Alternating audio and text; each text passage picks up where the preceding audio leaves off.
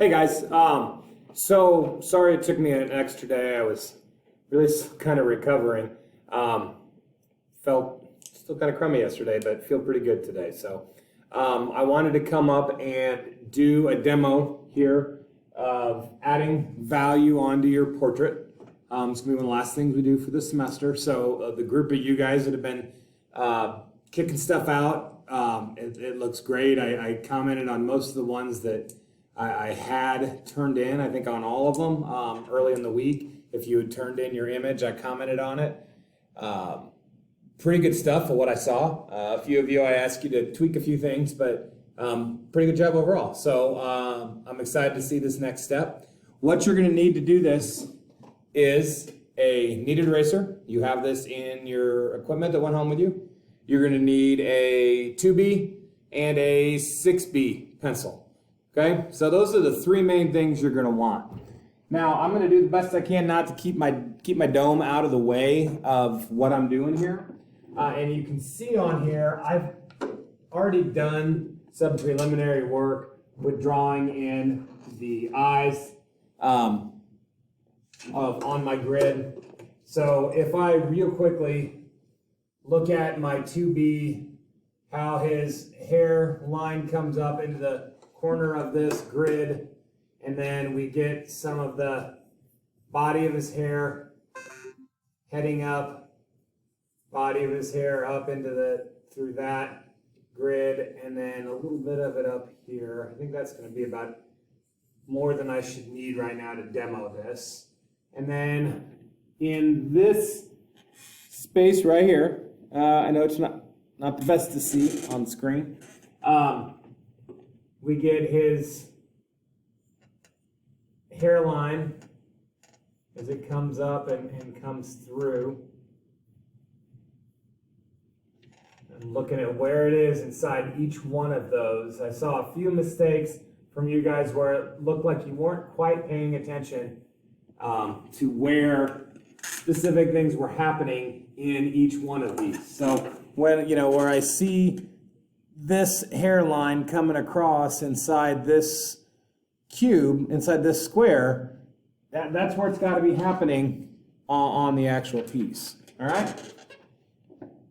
All right, so how we start adding value. First off, kneaded eraser is going to come into play. Go in and you're going to start taking out that grid. Once you have got the information you need where it belongs, then you can start erasing it.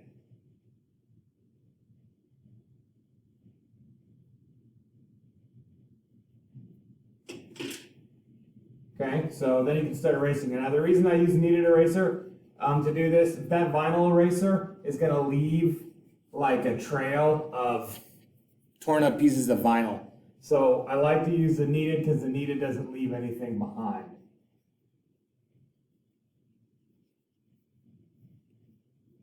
I'm not going to do a ton of this area, but I'm going to just get started in this area right in here.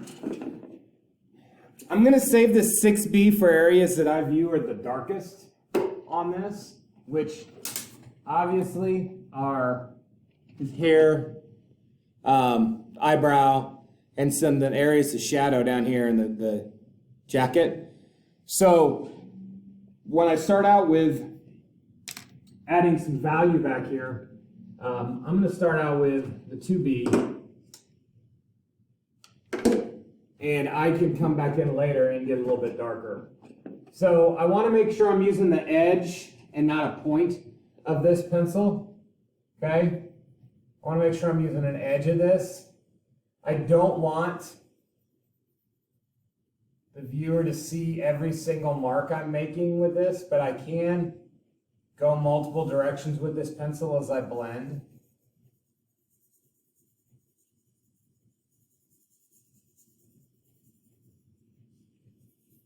It is okay, though, for the viewer, for you to leave marks exposed. You don't have to get this perfectly smooth. And that's a misconception I think a lot of people think, is that you got to get perfectly smooth when you're blending. If we were using charcoal, you'd get a lot smoother. but we're not using charcoal, we're using graphite. So you can just blend nice and light with that across that face there. And as you work, that pencil is going to flatten out, and you're going to have a nice flat edge of that pencil that you can work with to blend. Okay? Now, you decided you got too dark. Kneaded eraser takes care of this easily. Okay? Kneaded eraser takes care of that super easily. Go in and use some kneaded eraser, and you can blend some of that out. But I really want to get a lot of this value in across his forehead. Now, you'll notice his face value is darker than the value behind it. So I want to keep that in mind when I'm working in here, that that face value is going to be darker and deeper than the value behind it. And when you hear artists talking about getting rid of hard edges, that's those hard edges we want to get rid of are the edge of his face compared to what's behind it.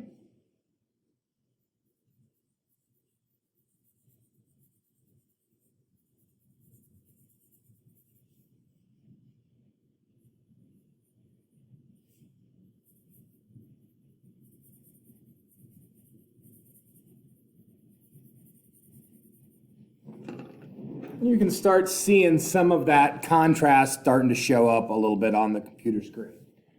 Now, I'm going to jump up into the hair right away because it does not have a lot of definition, pretty dark. So that's going to be kind of an easy area for me to work with. So as his hairline comes down near that eyebrow, I can go right in here and start working relatively dark on that hair. Again, I'm still using the edge of this pencil, not a point, because I want to blend it.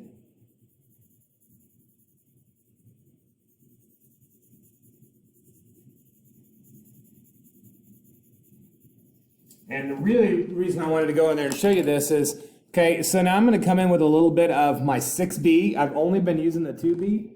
I'm going to come in with my 6B now, and boom, push some really deep dark value in there.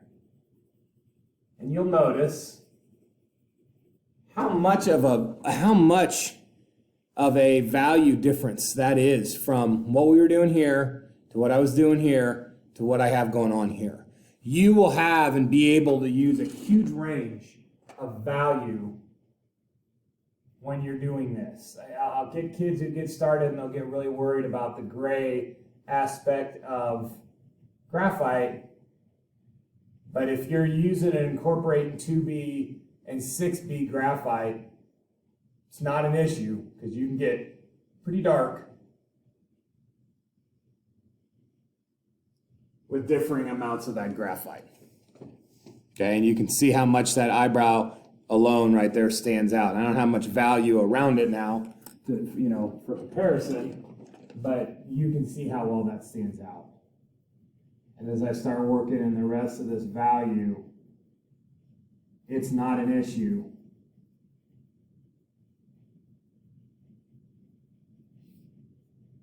To have those deeper values stand out.